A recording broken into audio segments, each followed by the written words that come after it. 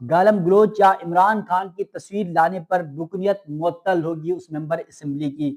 قائم مقام chairman senate نے یہ بڑا حکم جاری کیا گیا ہے۔ سینٹ کے اندر اب کوئی بھی پی ٹی آئی کا رہنما کوئی بھی ایسی تقریر نہیں کرے گا جو اداروں کے خلاف ہو، یا پھر عمران خان کی تصویر لے کے کوئی آئے گا تو اس کی سینٹ ممبرشپ جو ہے وہ معطل کی جائے گی۔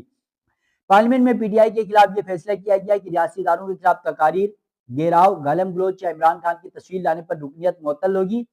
قائم مقام چیئرمین سینٹ سیدلال خان ایوان میں دی گئی رولنگ پر عمل درآمد یقینی بنانے کے لیے پیر یا منگل کو پی ٹی آئی کے پارلیمانی لیڈر کو خط لکھیں گے اور پی ٹی آئی کو رولنگ پر عمل درآمد یقینی بنانے کی ہدایت دیں گے، جبکہ پی ٹی آئی کو غیر جمہوری اور غیر قانونی طرز عمل پر ممکنہ کارروائی کے حوالے سے بھی خبردار کیا جائے گا۔ پی ٹی آئی کو ایوان کی کارروائی میں رکاوٹ بننے سے اجتناب کی بھی ہدایت کی جائے گی۔ قائم مقام چیئرمین سینٹ سیدلال نے ایک نجی ٹی وی سے گفتگو میں کہا کہ ریاستی اداروں کے خلاف پی ٹی آئی کا شرمناک رویہ ناقابل برداشت ہے۔ میری رولنگ سیاسی نہیں، آئین و قانون کے واضح تقاضے تھی۔ اپنی رولنگ کی روشنی میں پی ٹی آئی کے پارلیمانی لیڈر کو باضابطہ خط لکھوں گا۔ خط کی کاپی تمام پارلیمانی لیڈرز کو بھی بھجوائی جائے گی۔ پھر انہوں نے کہا کہ اداروں پر حملہ، تنازع اور انتشار پھیلانے کی اجازت کسی کو نہیں ہوگی، جبکہ رولنگ پر سختی سے عمل درآمد ہوگا، کوئی رعایت نہیں ہوگی اور اب تک برداشت کیا۔ آئندہ خلاف ورزی کرنے والے سینیٹرز کی رکنیت معطل کی جائے گی۔ مسلسل خلاف ورزی پر رکنیت طویل مدت کے لیے بھی معطل ہو سکتی ہے۔ تو یہ ایوان جو ملک کا سب سے بڑا سپریم ادارہ ہے، جس نے پارلیمان میں عوام کو، اداروں کو اور پورے ایک سسٹم کو لے کے آگے چلنا ہے، اور وہی سسٹم آج تذبذب کا شکار ہے۔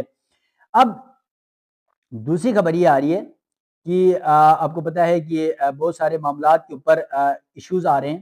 پی ٹی آئی کے اوپر خاص طور پہ بہت زیادہ مسائل ہیں، بہت زیادہ مشکلات اس وقت پی ٹی آئی کو سامنا کرنا پڑ رہا ہے، اور جس طرح اداروں کے ساتھ آپ کو پتا ہے کہ پی ٹی آئی اس وقت جو ہے پنگا لے کر بیٹھی ہوئی ہے، حکومت کے ساتھ پنگا چل رہا ہے، اداروں کے ساتھ پنگا چل رہا ہے۔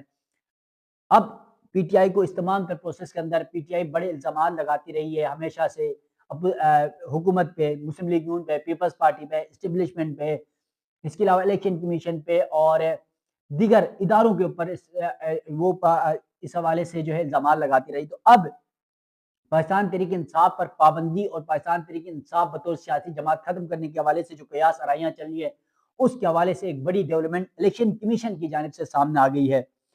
الیکشن کمیشن سے پی ٹی آئی کو ایک اور بڑا جھٹکا، پی ٹی آئی فارغ، چیئرمین پی ٹی آئی کا خط اور الیکشن کمیشن کا حیرت انگیز جواب۔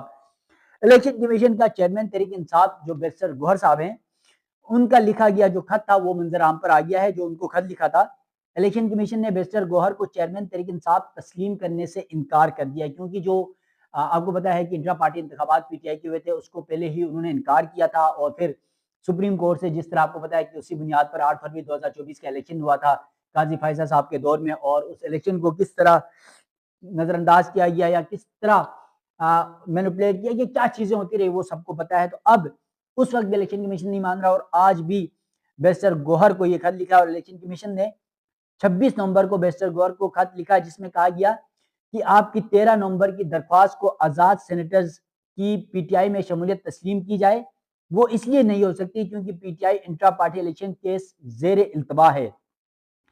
پی ٹی آئی نے لاہور ہائی کورٹ سے حکم امتناع لے رکھا ہے، اس لیے آپ کو بطور چیئرمین پی ٹی آئی تسلیم نہیں کیا جا سکتا، اور آپ کو کوئی قانونی حق حاصل نہیں ہے۔ یہ الیکشن کمیشن کی جانب سے پاکستان تحریک انصاف کو، پی ٹی آئی کو، بیرسٹر گوہر جو چیئرمین پی ٹی آئی ہیں اس وقت عمران خان کی غیر موجودگی میں، ان کے حوالے سے یہ اپڈیٹ ہے۔